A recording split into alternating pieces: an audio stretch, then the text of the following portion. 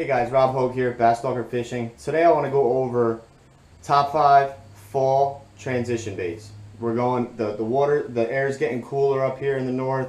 The water temperatures have slid almost 10 degrees from at their highest point in the summer.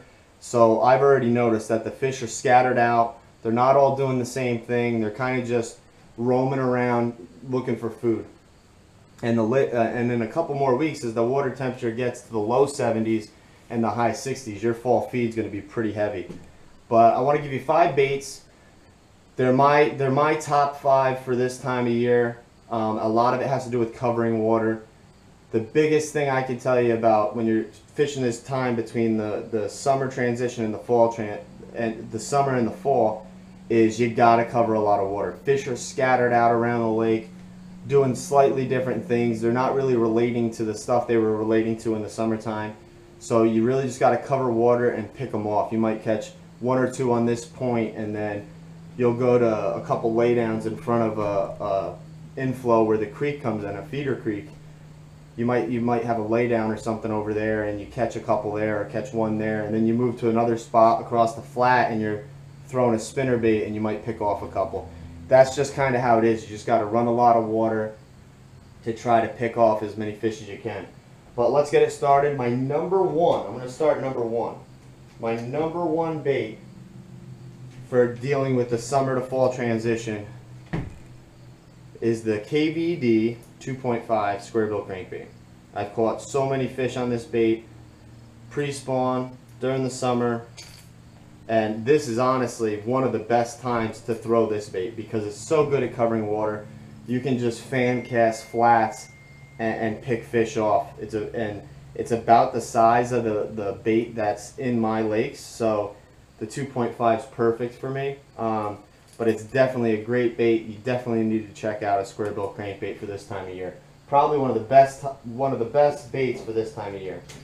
Number 2 is a spinner bait, because a lot of times these fish, especially in these bigger river systems where you have shad or something like that, some type of big schools of bait fish, when that water starts cooling, they start moving into these shallower areas. They kind of stage up on some structure that's near the feeder creeks, and then they'll start moving into the feeder creeks as we get later into fall, or they're moving closer to pockets or closer to that whatever live vegetation is left. And if that's where the bait's on, if that's where the bait is, that's where the bass are going to be. And the spinner bait is great at mimicking small clumps of bait fish. Normally I like to throw a double willow leaf because I think it imitates small schools of bait better, but the lake I'm fishing at tomorrow is a little dirtier water, so I'm electing to throw a willow Colorado blade. But spinner bait, just like the square bill, very good at covering water. It's also very good at fishing hard targets like rocks or like laydowns or wood. Both of those baits are very good at that. And those are key pieces of cover during this time, because as the vegetation dies back more and more, the bass are going to start holding to those secondary pieces of cover. Third for me would be a topwater bait. Right now I have a frog rigged up. I also have another topwater bait. I have a whopper plopper rigged up. And another good one's buzz baits or sexy dog, like a Strike King sexy dog, a walking style bait.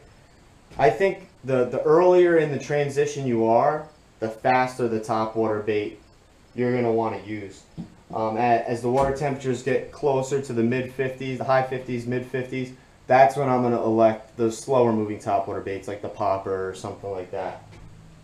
Or my cadence will get a lot slower on the walking baits.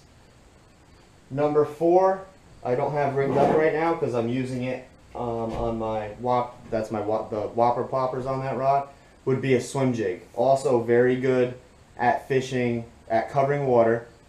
You can throw it across flats, but it's also good to get it under the brush, or to skip it under brush, skip it under docks. But it's also, it shines near, a lot of times you'll get out on these lakes and you get into these flats and you'll see these small clumps of vegetation that are still alive. Whether it be the bottom composition is a little different, but not all of the vegetation dies at the same time. So you'll have these small clumps of vegetation that's still alive, and that'll draw these fish in. It draws the bait to them, and therefore it draws the bass to them.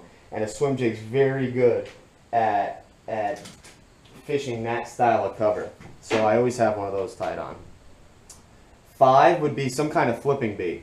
I'd prefer a jig, but if you're in a lake, especially if you're in a hard bottom lake and you're fishing hard structure, but if there's and number 5 would be, for me, would be some kind of flipping bait. I would prefer a jig, but like I said, the lake I'm fishing has a lot of vegetation still, so I'm electing to throw I just have a punch rig rigged up. But if it was a lake with not a lot of vegetation, I was fishing hard cover like brush and stumps and stuff like that, or rock piles, I would have a jig.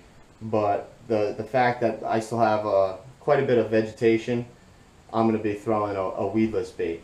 But anything you can flip, you might need to experiment with the size, skirt, no skirt. But that's pretty much it, guys. Hope these baits help you out. I hope you get out there this transition this fall and catch a lot of big fish. But we'll talk to you again soon, guys. Thanks a lot.